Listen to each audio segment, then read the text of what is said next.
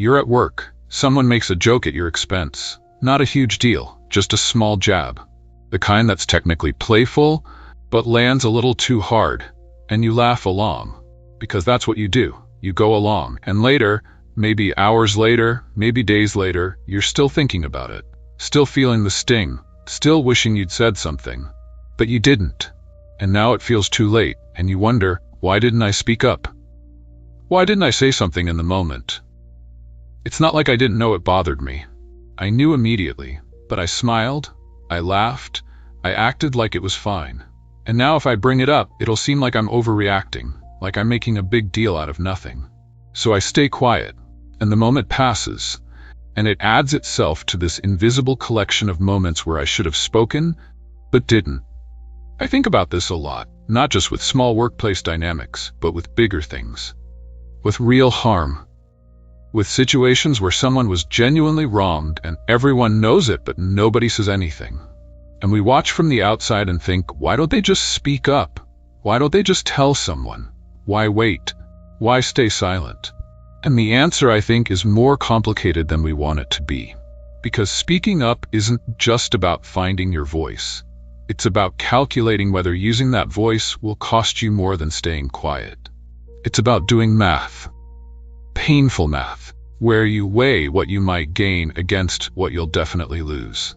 And for people without power, for people who've been hurt by people with power, that math almost never works out in favor of speaking. There was a philosopher, Hannah Arendt, who wrote about power and violence. And she said something that stuck with me.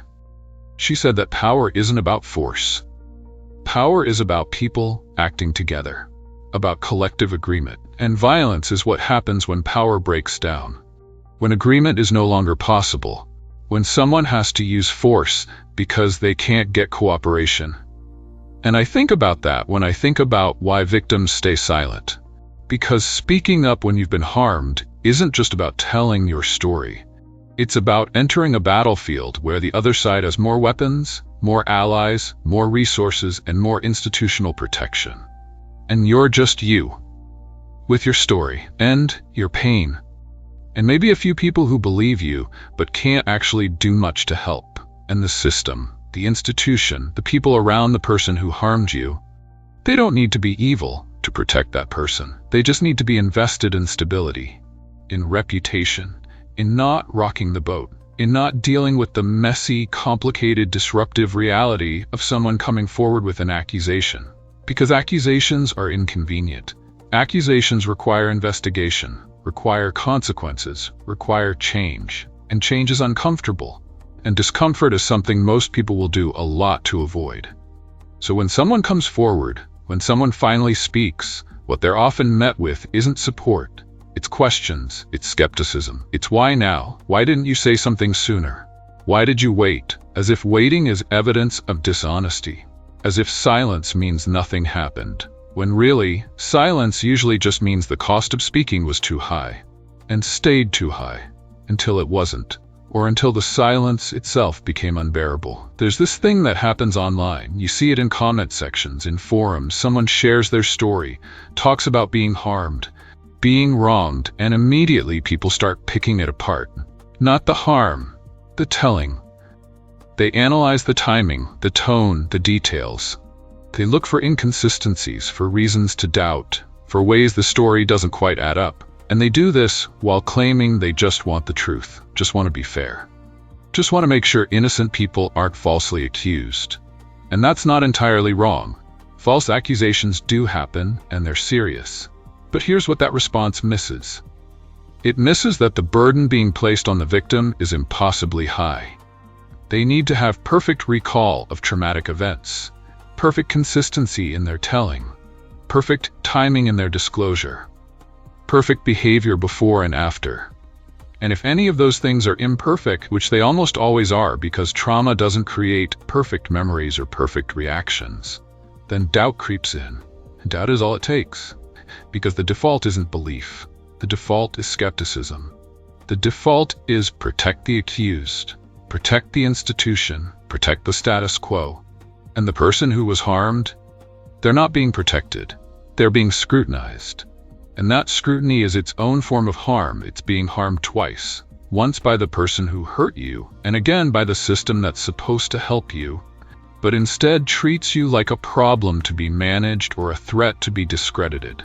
There's a phrase people use, believe victims, and it makes some people uncomfortable. They say we should believe evidence, not just accusations. We should presume innocence. We should be rational. And I understand that impulse. I really do. But here's what that misses. It misses that the system already heavily favors the accused, especially if the accused has status, resources, connections. The system is already set up to protect them, already set up to demand impossible standards of proof from accusers, while giving the accused every benefit of doubt. So when someone says believe victims, they're not saying abandon all critical thinking. They're saying start from a place of listening instead of doubting. Start from a place of what would it take for this to be true, instead of what would it take for this to be false.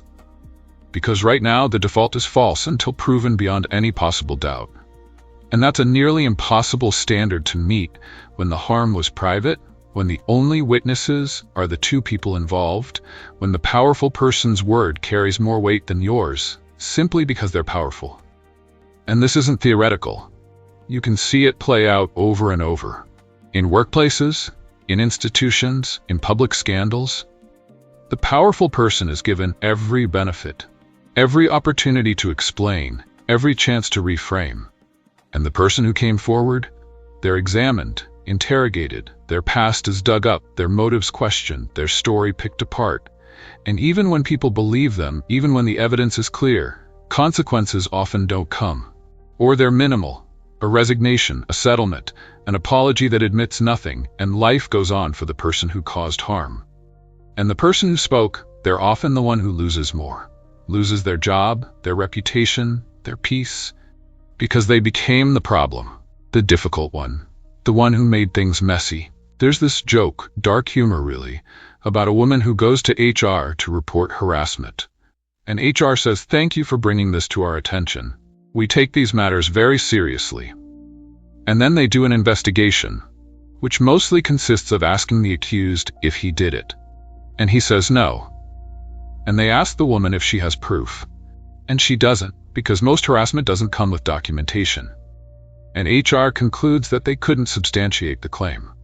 And the woman is quietly moved to a different department, or she leaves, and the harasser stays. And everyone at the company learns a lesson. But it's not the lesson HR thinks they're teaching. The lesson everyone learns is don't report, because reporting doesn't protect you. Silence protects you. Or at least, silence doesn't actively hurt you the way speaking does. And that's the trap. That's why victims struggle to speak publicly. Because speaking publicly isn't an act of empowerment. It's an act of risk. Massive risk. And the people encouraging victims to speak up, use your voice, they usually aren't the ones bearing the cost of that voice being used. They're watching from safety, from distance, and they get to feel good about encouraging bravery while the person being brave is the one who loses sleep, loses security, loses the fragile stability they'd managed to build. Hannah Arendt also wrote about the banality of evil, about how atrocities don't require monsters, they just require ordinary people following orders, following systems, not asking too many questions, not making waves. And I think the same is true for why victims struggle to speak. It's not that the people around them are evil, it's that they're ordinary. They're invested in their jobs, their comfort, their routines, and disrupting all that to address someone's harm, that's costly. That's uncomfortable. So they don't. They stay quiet, or they minimize, or they subtly shift blame. And it's not because they're monsters, it's because they're human. And humans are really good at protecting themselves, even when that protection comes at someone else's expense. And maybe that's the truth we don't want to face, that the reason victims struggle to speak isn't because they're weak or scared or lying, it's because we, collectively, have created conditions where speaking is punished more than staying silent, where telling the truth is riskier than living with the lie, where justice is theoretical and consequences are optional, and the person who rocks the boat is the one who gets thrown overboard. You're at work. Someone says something that hurts, and you laugh along. Because that's safer. Because speaking up would make things awkward. Would make you the problem. And you know this not because you're a coward, but because you've learned. You've watched. You've seen what happens to people who speak. And you've done the math. And the math says stay quiet, smile, let it go, survive. And maybe that's just how it is. Maybe systems protect power and individuals bear the cost, and that's the deal. That's the trade. Safety for silence, stability for complicity. Or maybe not. Maybe something shifts when enough people see the pattern. When enough people recognize the cost. When enough people decide that listening is more important than comfort. That truth matters more than convenience. But that hasn't happened yet. Not really. Not broadly. And until it does, victims will keep struggling to speak. Not because they don't have voices, but because using those voices costs more than most people can afford to pay. And maybe sitting with that, really sitting with it, is the beginning of something. Or maybe it isn't. But it's true. And truth, uncomfortable as it is still worth saying. Even if saying it changes nothing. Even if hearing it changes nothing. It's still true.